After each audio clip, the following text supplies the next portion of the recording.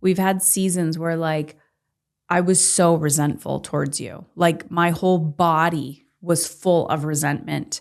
Every time I said your name, I was just like, oh, like I was not a fan.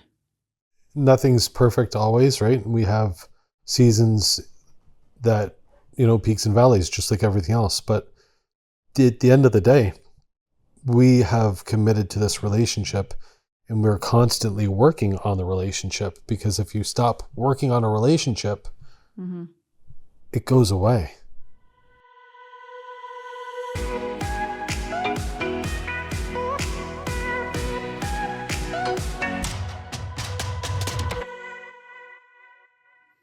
Is it really your partner, or is it your inability to be radically honest with who you want to be, how you want to feel, and the life you want to live?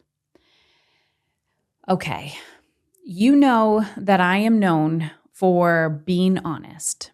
And what I've realized, especially over the last few years, is that being honest is emotionally uncomfortable, which of course is the freaking name of this podcast. Today, I interviewed my husband. Every time I interview my husband, which isn't that often, every single time I hit record and I'm like, oh my God, like, come on, Bryan, like, talk faster, talk more, talk da da da da. And I always think to myself, Heather, he's not a public speaker. And he's being honest. So you're going to hear Bryan's voice. I ask him a few questions. I hope you gain value from his perspective. Bryan and I have been together for, let's say, 20 years. Since Logan, my oldest son, was a year and a half old. I was a single mom when I met Bryan. And as you could imagine, being with somebody for 20 years, we've gone through many, many different identities. He saw me living in my mother's basement when I was a student in university. He was paying all of the bills. He worked the 9 to 5. He bought our first home. I was in school and worked part-time and I was having babies. And then I got cancer, and then he quit his job and I started working and became the breadwinner. And then he still works, but he works like with our investments and our properties and bookkeeping and all of the admin stuff. And I feel like in any partnership, and it doesn't matter, it doesn't have to be your partner in life. It could be a business partner or any type of relationship that you have. It's really uncomfortable. But one thing that I hear over and over and over and over again from my clients is like, I feel disconnected. And I'm like, did you tell your partner how you feel? And their response is no. I don't know how to communicate this. I don't know what to say. I don't know if he's going to listen to me or they're going to listen to me. And I'm like, then write it out. But this is a deeper conversation around you not speaking your truth, you not communicating what's inside of you that wants to come up and out. And then you're the people pleaser. Then you're overgiving, you're over nurturing. And your body is keeping score. Your body is starting to break down. Your resentment is brewing, and you are ragey.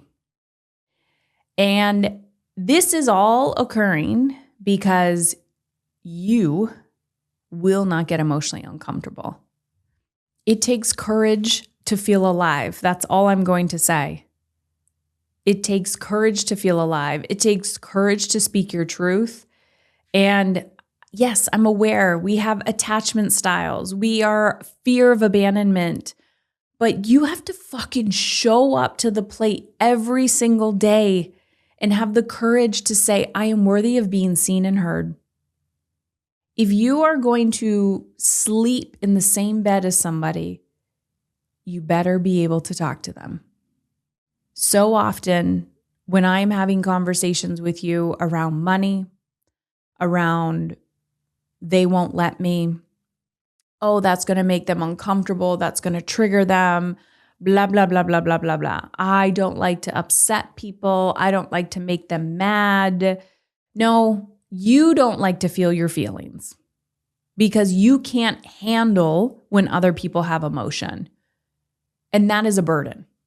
That is a burden to them being in a relationship with you. It is fucking exhausting being in relationship with people who keep telling themselves, oh, I don't communicate my needs because I just don't want to upset them. No, you don't want to feel your feelings of what is going to happen when you actually start communicating your needs. We need to stop making this about other people and start saying, how can I feel whole? How can I feel complete in myself, regardless of where the future takes you? Bryan talks about his health journey in this conversation, and I wanted to put some commentary on it because he may or may not know this. But for most of our relationship, Bryan would have appeared to be on the heavier side. And he grew up with this identity of being the bigger kid and the bigger guy and just, I'm big boned, this is what it is. In hindsight, I think he probably did have a thyroid issue as a child or a young adult, and it was just never taken care of. And I think he talks about this, but I think when he found out about his health, it was such a identity shift for him because he never, for his whole life, he's like this story of I'm broken, I'm broken, I'm broken, I'm broken. And then being like, I'm not broken. When you begin to change your identity and how you think and feel about yourself, everything shifts around you. And if you have people around you that can just hold you during your emotionally uncomfortable seasons, anything's possible.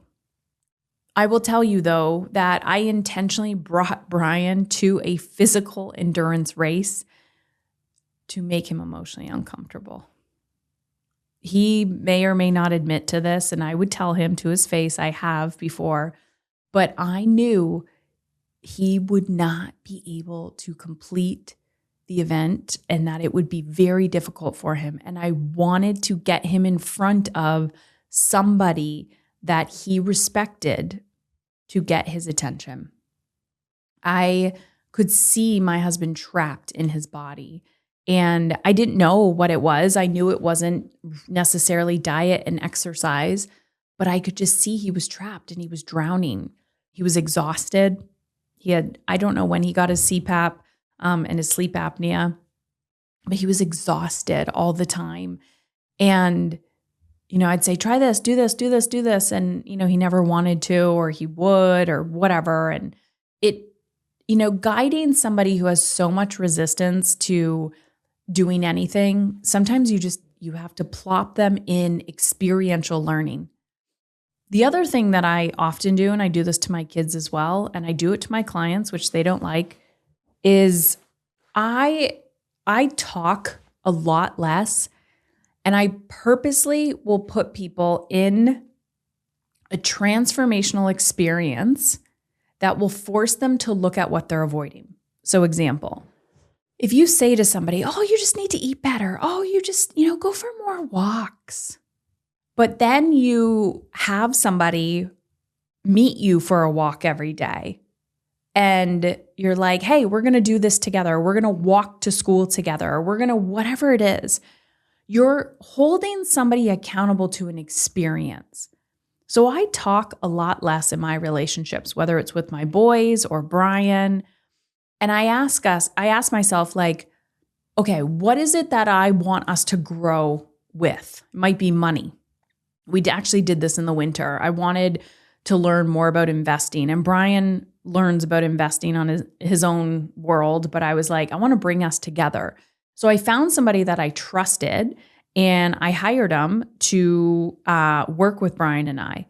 We probably could have solved that problem by ourselves, but I brought this expert in to start. It was almost like therapy. to start the conversation with both of us. And it was actually really cool because we had a lot of connected conversations about it. So here's my point. Although I'm telling you to communicate more of your truth, but do things together, do experiential things, and bitch less. Talk less about what is not working. Talk more about what you desire and do the damn thing. Open the bank accounts. Open the credit card statements. Line by line by line. Be more experiential. Those 3 things will drastically change your relationship. Join a fitness class together. Bryan and I started working out together in the morning before the kids go to school at home.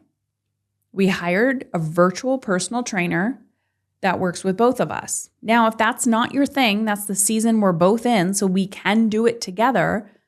Maybe you're just doing your own thing at the same time. Maybe you're joining a group on the weekends. I don't know.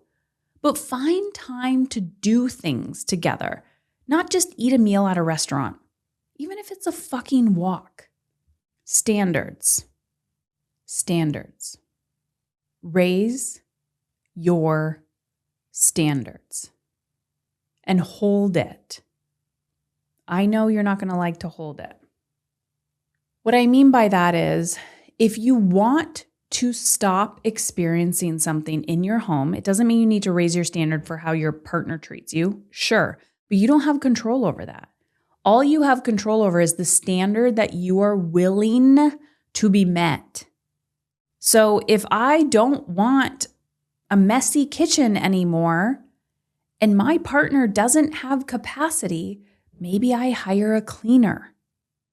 If I don't want to do the grocery shopping and the meal prep because I am effing exhausted and my partner does not have the capacity to do that either, maybe I outsource grocery shopping and meal prep. And maybe that catapults into a really emotionally uncomfortable conversation about budget. Because if I'm honest, you could probably find that few $100s in your budget by looking at takeout, by looking at how often you eat out, by looking at your Amazon purchases. People just don't want to be emotionally uncomfortable. So you stay stuck. Bryan briefly talked about being the leader of the house, and he said, I don't agree with that either. And here's the interesting part. I don't think there's a leader of our home. I think we co-lead very well together. But I would say we have weekly conversations around what's working and what's not working. Literally, pen and paper, bring a book to the table and say, okay, 5 minutes, let's write this down. What's working, what's not working. And you both sit in silence while drinking your coffee and you write down what's working at home and what's not, and you share the list. If you want to continue to be in a relationship with somebody, a deeply connected relationship, regardless if it's at home or if it's in your work or anything, a friendship, connection is not just about quality of time.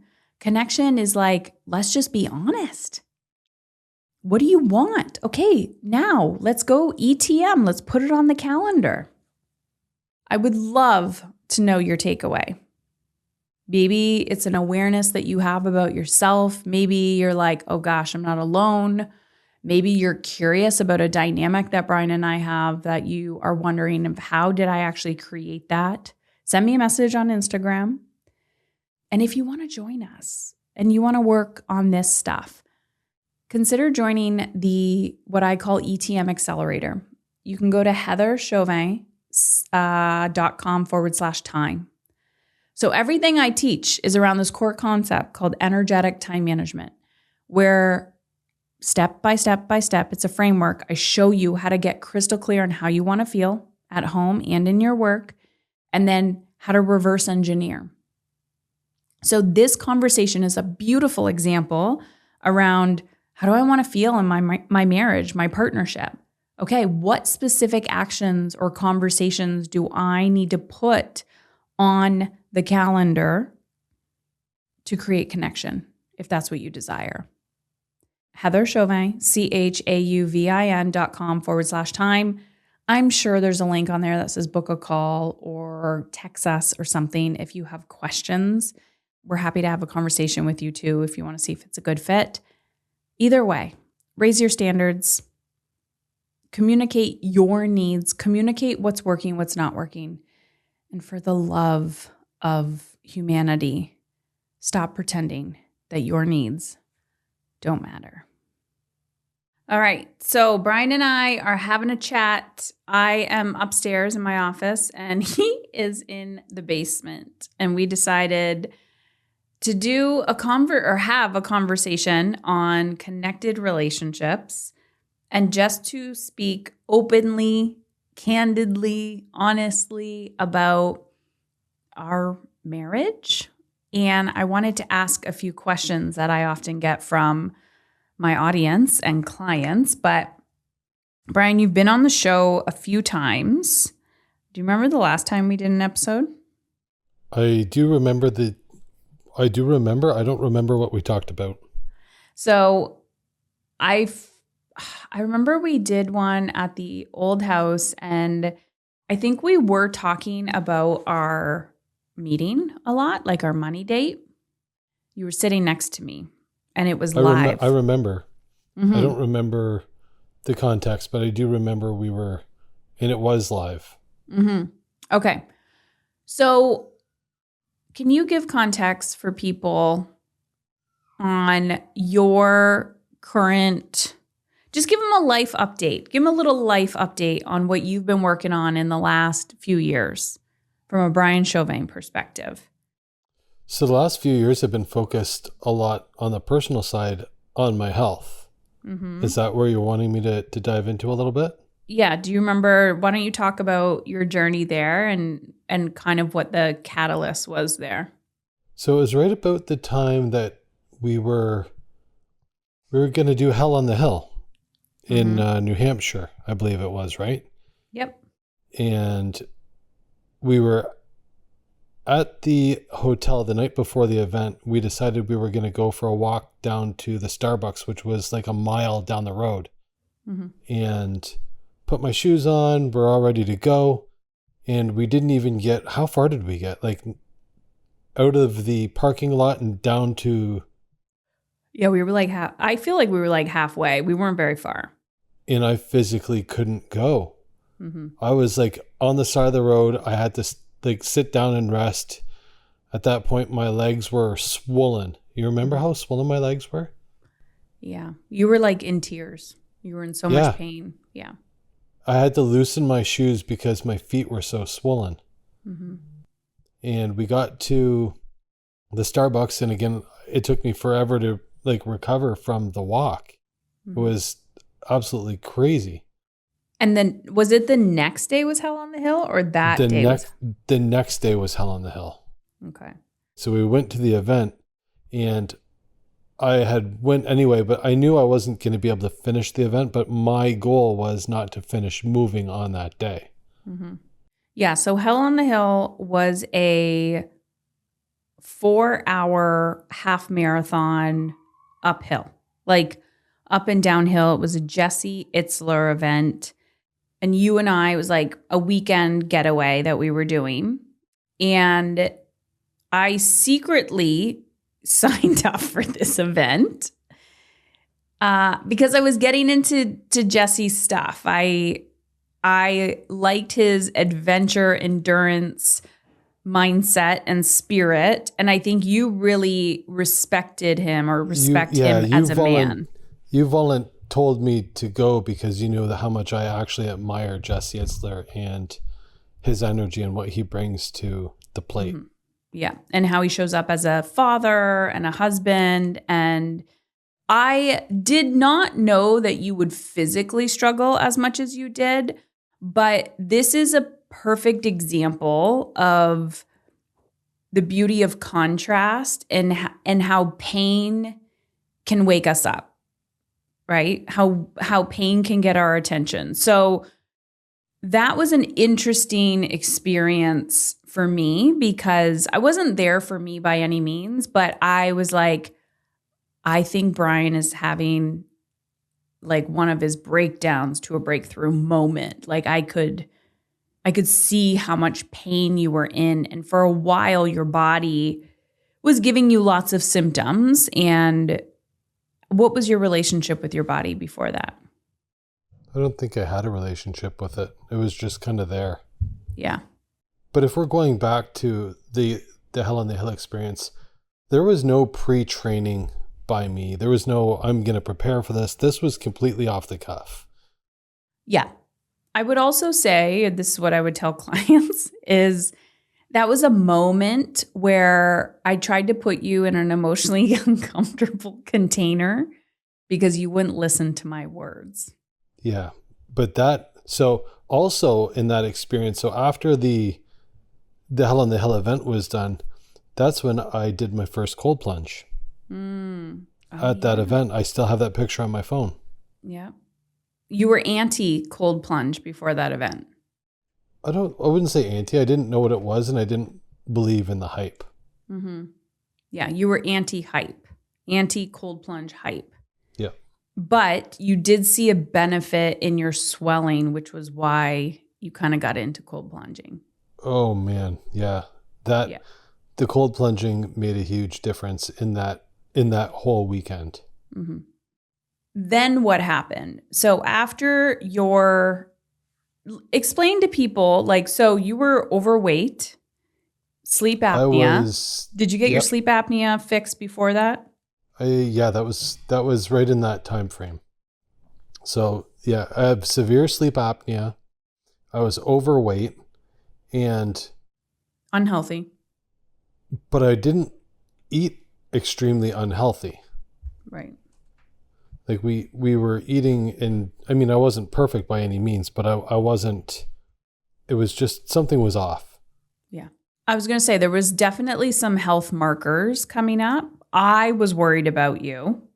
Was I yelling at you all the time? I don't remember, to be honest with you. 100%. Probably. I was definitely naggy. It completely affected our connection and the quality of our relationship. I know that for certain. Yeah. And I could just feel you being trapped in your body. And you go to this event, like cracking starts happening. You start hanging out with people that are inspiring you. Obviously, your shit probably came up. Your physical body is reacting and it's like swelling. You tried cold plunging. We go home. Then what did you do? I don't remember how soon thereafter, but I went and got some blood work done at a local naturopath. Okay, let me set this up. I suggested you go for a checkup and you were going to go to your doctor. And I said, I highly, highly suggest you go to a naturopath instead. I kind of remember this a different way, but we'll go with your story. Oh, what was your way? I don't remember you directing me to go to the specific office that I went to. Okay. Because I feel like that was done on my own fruition. Okay. Well, maybe my ways are sneaky. So you go, you get a whole checkup, blood panel, and then what happens? So when I went into the doctor, to the naturopath's office, I said, I don't feel awesome. I don't feel horrible. I just want to optimize my health. Mm-hmm. So she said, okay, let's run a gamut of tests. And it was an investment. It was, oh man, the blood tests were a couple of $1,000s, it seemed like. Mm-hmm. And I got the blood test done, got the results back.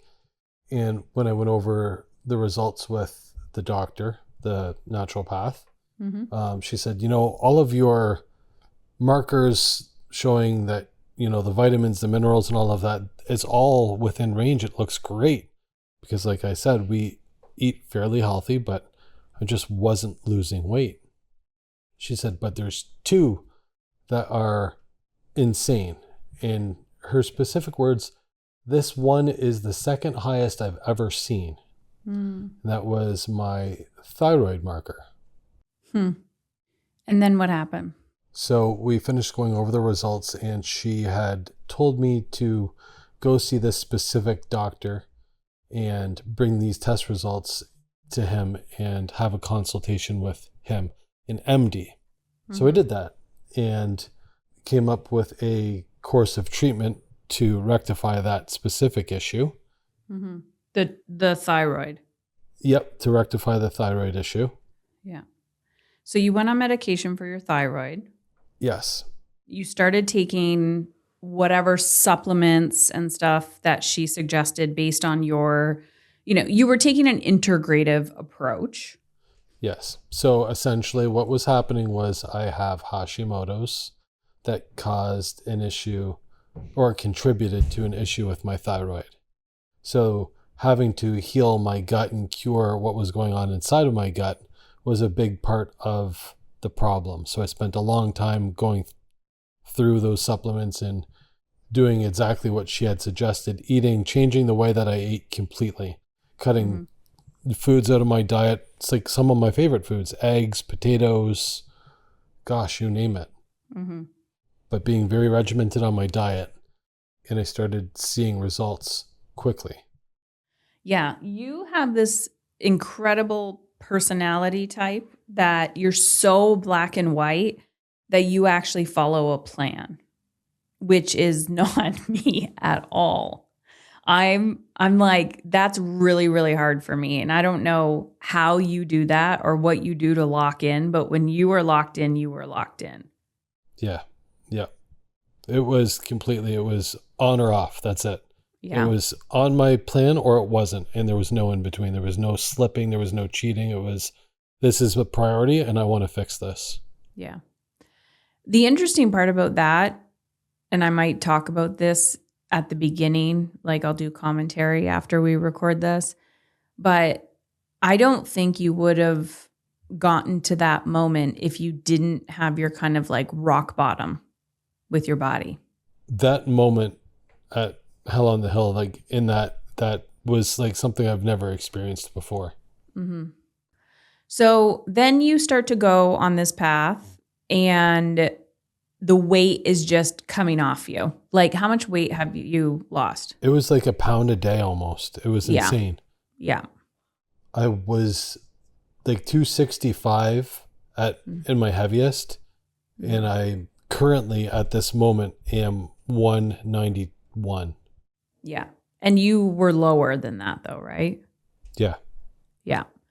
So you've lost tremendous amount of weight. You've started strength training. You like continue down the eating path. Like you were a completely different person. But do you remember the moment when you got the blood work, you knew there was something with your thyroid, and how I remember you had a very difficult time when you got those test results.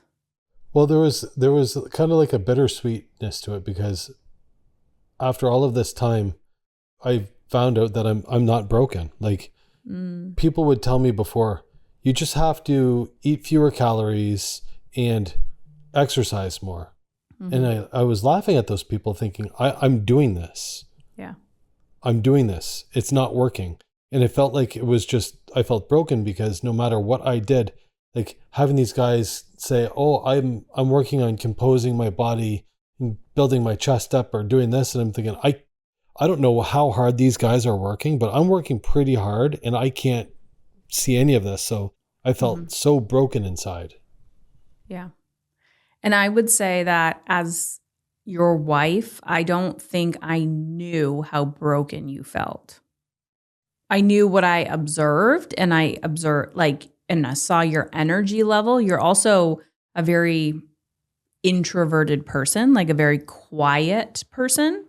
But what would you say to maybe someone that's listening to this that's like, is that my husband? Like, how would a partner know that their male partner feels broken inside? How does he show up in the world?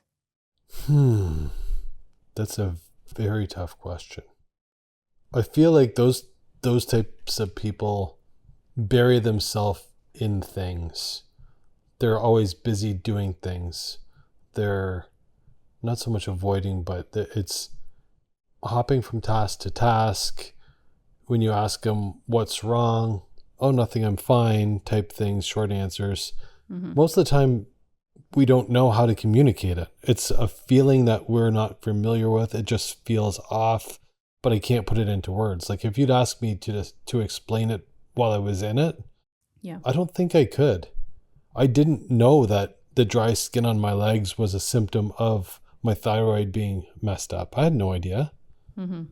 Yeah. I also feel like, I mean, the whole conversation and culture around men versus women and mental health. And I've heard it over and over and over again that a woman wants a quote unquote strong man. She wants to feel safe and supported, and never talk to her about your feelings. Don't lean into your feminine. Well, a lot of what we're taught, told, the men's groups, the influencers, all of this is that we're meant to lead. We're supposed to lead. And when you're the leader, you don't gripe downward, right? Right. So that's part of what we're taught, what we're told. And even in some of the masterminds that I have been a part of or am a part of, they still speak like this. And I disagree with it humbly.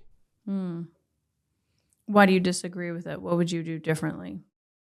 Because I really do feel like as a father, as the man or a quote unquote leader, if they want to be the leader of the house, I don't believe in that either. But I feel like it's your job to lead, but part of leading is sharing what you're going through and exposing others to watch you how you deal with these things. So for example, if I'm feeling anxious, communicating to my kids that I'm feeling anxious because they're going to notice a difference in my behavior. They're going to notice a difference in how I react to them, but they're also going to see and watch me how I deal positively with that anxiety. What about our relationship? How do you think you working on your health has affected our connection? I feel like it makes me more comfortable in my own skin, more confident in myself, and obviously in just feeling overall healthier. I think that a lot of the symptoms that I've healed and a lot of the issues that I've healed make me happier as a person. And when I'm happier, miraculously, people talk to me more. It's crazy. Yeah. People don't avoid me. They're not afraid of me. How's he going to react? Are you talking about me? I mean, people in the household. Oh, yeah. I feel like now, I mean, in this season of our life, we are in a good co-creation. We are in a good partnership. I'm in a dark night of the soul for sure. I'm in a shit season. I'm eating shit sandwiches on a daily basis. But I feel like you and I are in sync.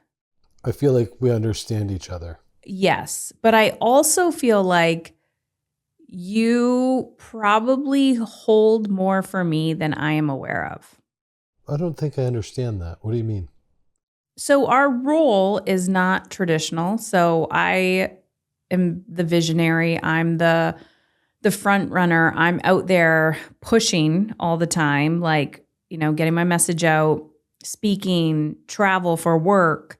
You are more in a supporting role, and you have a lot. There's probably about 3 or 4 people that I would have to hire to replace you. You're behind the scenes. Like, you definitely don't want to be like your own brand or start, you know, public speaking or anything like that. You're a good operator. But there's a lot of like, I have big emotions. I have big shit that comes up, and you don't judge me. You're like, let's go. What do you need? Let's figure it out. There are many nights that I wake up crying, or many days that I'm like, I can't do this. And something has shifted in you where I'm like, you can anticipate my needs. You couldn't do that before. What do you think that shift was? I think I'm just paying more attention. I think the attention to details and having conversations that we've had has helped me realize what it is that you might need, what it is that you might want, and start to execute when I'm starting to see the cycles or the signs. Okay, let's talk about communication. What do you think I do that, like, from a place of communication? Because I will tell you what I observe in my clients that gets them in trouble. What do I do that helps you? You never pull any punches. You're direct, and you don't circle the drain on shit. You just you put it out there. Whether it's, hey, I want to buy a donkey, or I want to do this $150,000 renovation to our home, or I want to, like, whatever it is, or something as silly as it is, like, honey, I need a few minutes to myself because I'm in the shit. Mm-hmm. You don't make me guess at what it is that you need or want. I will honestly say I have zero expectation for you to read my mind at this stage in my life and this stage in our relationship. I don't think I could read your mind if I don't think you would want to. I don't think anybody wants to read my mind. It's exhausting. But I do not expect you. If I have resentment towards you, it's because I didn't communicate something. And if I communicated something and I'm still resentful and there's no follow through, then I will hold a boundary to get your attention. Yeah, I agree with that. And I don't play games. I do not play games. No, there's none of that in our household, and I believe that that's part of what makes us. Yeah. There's no covert contracts. There's none of that, and the expectations are clearly communicated in both directions. Yep. We have a very calm household. I mean, we're not yelling, we're not screaming, and my mother lives here with us too. That's love. What is a man's perspective on living with his mother-in-law? That's a loaded question. You want me to put that out for public? Oh, God. What was your perspective when I was like, hey, can my mom come live with us? Oh. You have to process this, don't you? I'm trying to be diplomatic, but it is emotionally uncomfortable, right? Yeah.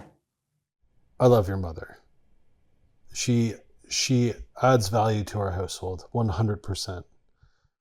The only part of it that makes me nervous, that causes a bone of contention with us, and you already know this, is I'm not alone ever in my own home with my wife. Mm-hmm. And that gets old. It affects things, quote unquote things, relational things, connection things. Mm-hmm. But the pros outweigh the cons. And it's not perfect, but she definitely adds value to our household. Yep. And it's not a forever. I mean, now we are living in a different house, and the whole goal is to build a tiny home on site, which may happen in the future. So to get back to your original question, the original thought process, it took some selling. Oh, yeah. It took some selling. Do I regret it at this point? No, I don't.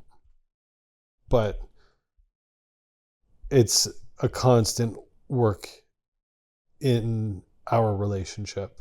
Mm-hmm. So I remember, we've lived in 2 homes with my mom.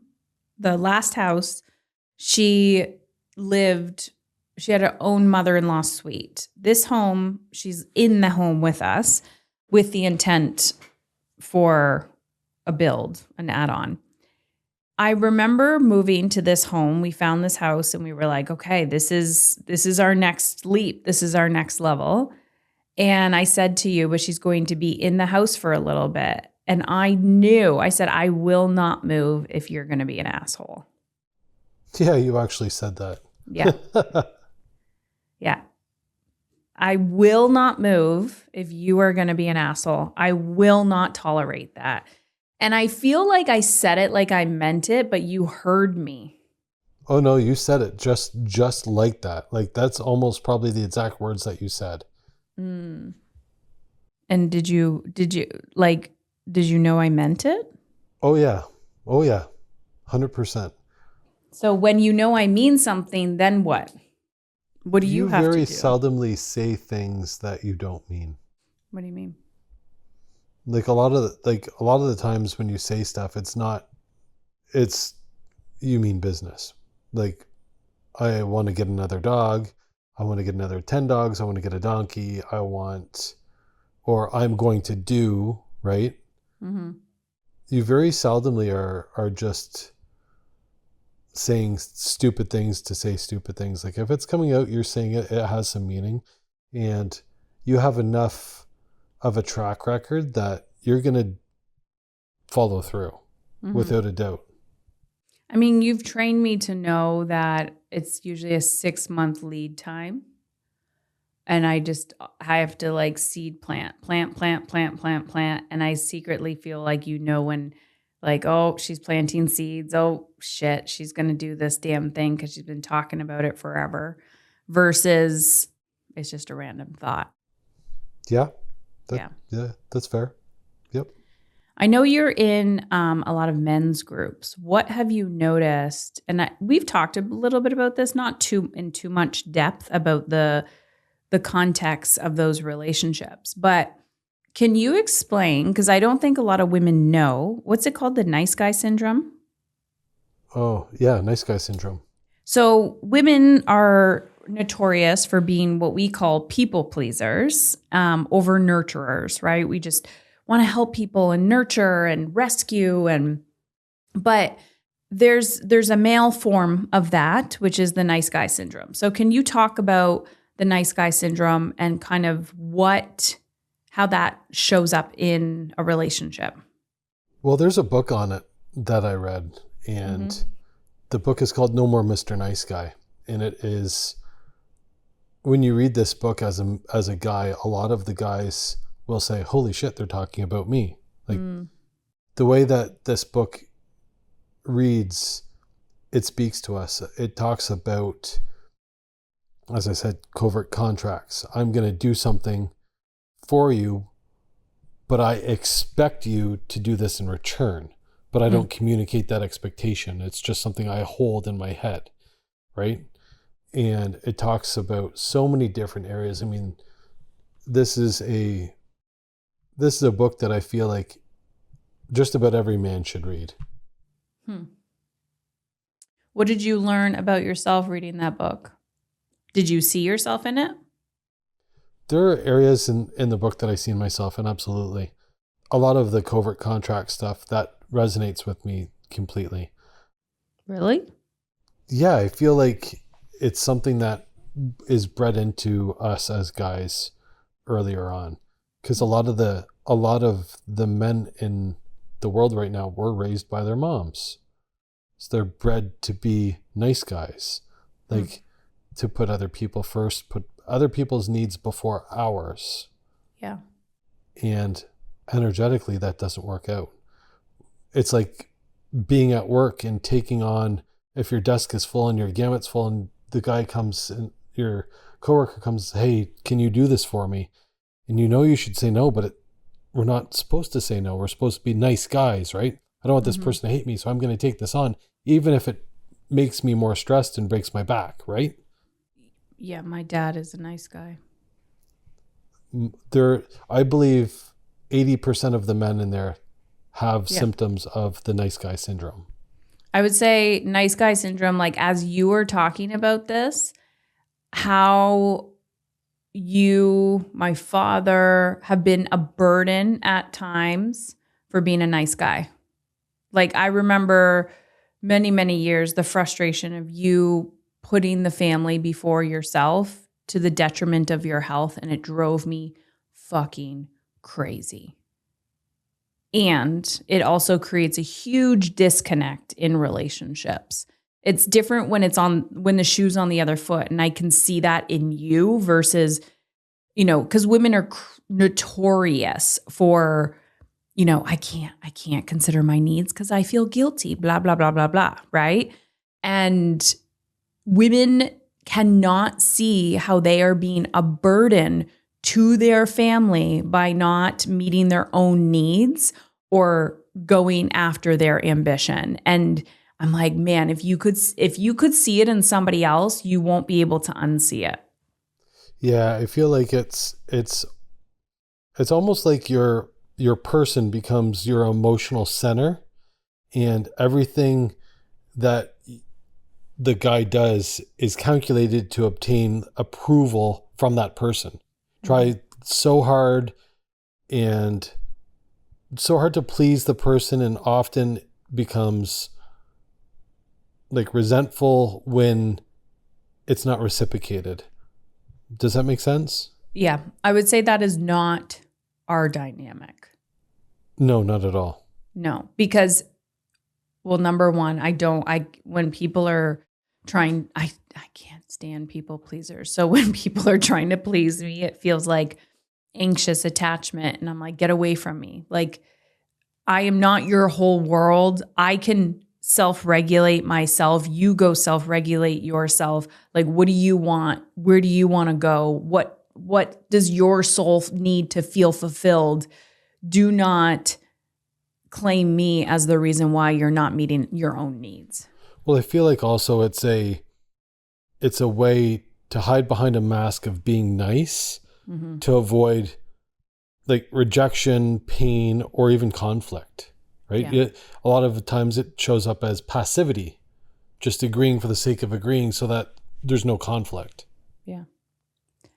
What do you say about men who are avoidant? I hear this a lot from women, like, oh, my husband is avoidant. He's avoidant as fuck. Like, he will not talk about money. He won't have those conversations. One thing I'm a huge advocate for is a weekly meeting. Usually the woman is leading the weekly meeting, mainly just because that's who I'm working with. And she's like, Heather, he won't show up. He won't show up to the meeting. And I know you and I have gotten in and out. We're in a rhythm right now where we talk a lot. I mean, we could be more structured, but when we first started the weekly meeting, there definitely was some conflict there. Do you have any points to say on that? Like a very highly avoidant partner? I feel like it's because it's uncomfortable and maybe they're hiding stuff, right? The first time that we did this, we made sure we talked to each other and we said, this is a judgment-free zone. And the very first thing that you said when I flipped my computer screen around and you looked at the bank account statements for my accounts was, you spent how much on coffee? I heard it like you were yelling at me, but you said it as it was a question. It was the most uncomfortable thing, but it was like, no, like you didn't mean it to be an attack. You meant it to be a question. And I heard it as a full-blown assault on me. Yeah. And after working through that for so long, it became, okay, here it is. I have nothing to hide. It's all here. Go ahead. Yeah. Both parties have to show up to the same conversation. I tell people, keep at it until it feels easy. Like anything new, people just don't like to do uncomfortable things. So they will complain and they will be resentful and they will do all the things and whatever stories you're hanging on to. And I'm just like, I'm sorry, but you have to do emotionally uncomfortable things in order to grow. And I remember when we first started looking at our bank accounts, like we've come so far, but we were like dollar per dollar, like, okay, what are you spending on? What am I spending on? And like, I was literally sitting there crying. Like it was so uncomfortable for both of us. I feel like a little bit of it too, from the guy's perspective, is they don't want to admit that they don't know. Right. A lot a lot of people, they don't know. They have no system. They're flying by the seat of their pants, and they don't want their wife to know that or their partner to know that. And I think that gets exposed when you have this type of a meeting. You really don't know. Well, and too often the woman is financially avoidant. Like, even if I don't know, my husband, does the money, and then he's over there stressed about money with no system. And I'm like, he probably doesn't have his shit together the way that you think he has his shit together. It's like, take ownership. And for part of that wasn't even for our relationship. It was like, I need to understand this. I need to work through my own shit. And of course, we're going to need to figure this out together, but we need to figure this out. Like, this is not going to get easier. It's only going to get harder the more we avoid it. I really do also feel like that conversation of all else is, the money is one of the biggest factors in a healthy, happy marriage, because if you don't have your money shit together, it can really, really mess up your dynamic. But also, if something happens to one of you, the other person, if they don't know where everything is, how to access things, it can mess with the remainder of your family as well. So that is something that if you're not having those discussions, that I would employ everybody to have those discussions. Yeah. I mean, if you just had a weekly money date, a money meeting over going to therapy and talking about your problems, you would probably get much further along. I'm always telling people, you're spending money to talk about a problem that if you just opened a spreadsheet and like a bank account and looked at your shit and like sit in it, you're gonna get so much further. I talk to a lot of guys, and we have a lot of conversations about money specifically. And a lot of guys, they don't have systems. They don't have budgets. They have enough money to cover their stuff, but there's no strategy behind it. And that scares me for them. Well, what's interesting? I mean, our relationship, when it comes to money, I've learned that I am usually we'll talk about something together. I'm the visionary. So I will go and like seek people out, and then you're the integrator. So oftentimes you will like do the thing, open the bank accounts, like, research something. At the beginning, we had a lot of resistance. So I was in a silo. I would learn things myself and then not talk to you about it. But it's this persistence around what's working, what's not working, right? And wouldn't it be nice if, like, what do you want to create together?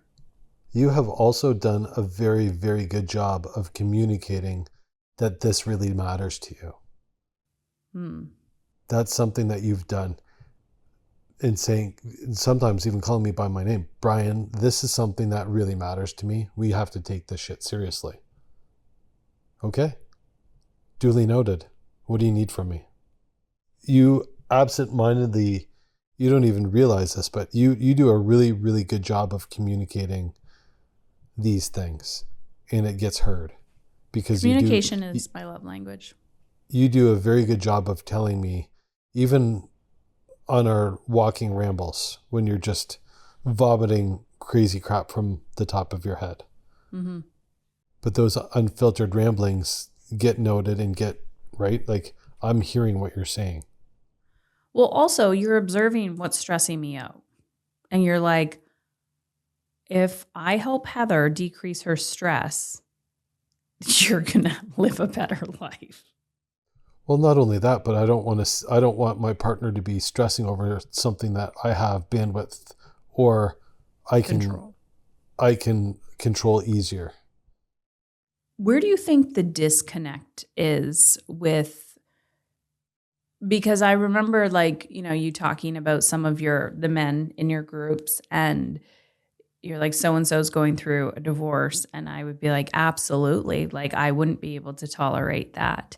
Where do you think the male-female partnership have a really low-hanging fruit opportunity to create connection that might be emotionally uncomfortable? I think a lot of it comes from the stories that we tell ourselves in our unwillingness due to history to communicate those things. I have one friend who has a list of forbidden topics that are pretty important to talk about. And I'm not going to elaborate on that because of it was a discretionary thing. But like, if there's forbidden topics in your house, that's probably the shit that you need to talk about the most. You're hiding. You're afraid to talk about these things because you're going to upset your wife. But in turn, you're becoming angry and resentful because you can't talk about this stuff. Does that make any sense to a logical human? Yeah. I mean, to me, that's, what you resist will persist and grow bigger. Yeah. So a lot of what I'm hearing, the guys, it's things that, the unsaid things that are causing the rifts more than anything. And that goes both ways.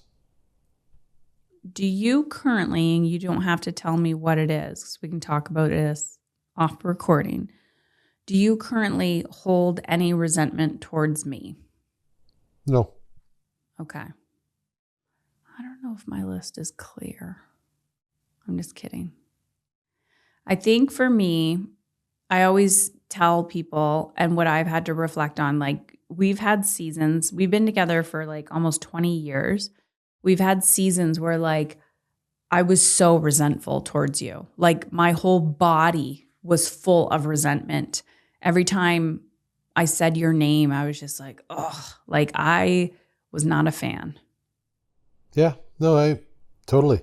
It's nothing's perfect always, right? We have seasons that, peaks and valleys, just like everything else. But at the end of the day, we have committed to this relationship and we're constantly working on the relationship, because if you stop working on a relationship, it goes away. And we do not put date nights on our calendar consistently. We don't. We do. We're together more than anybody else, but date nights we haven't been doing, but we do a good job of going for walks, getting out of the house together. We do a lot of that. Even driving in silence. Yeah.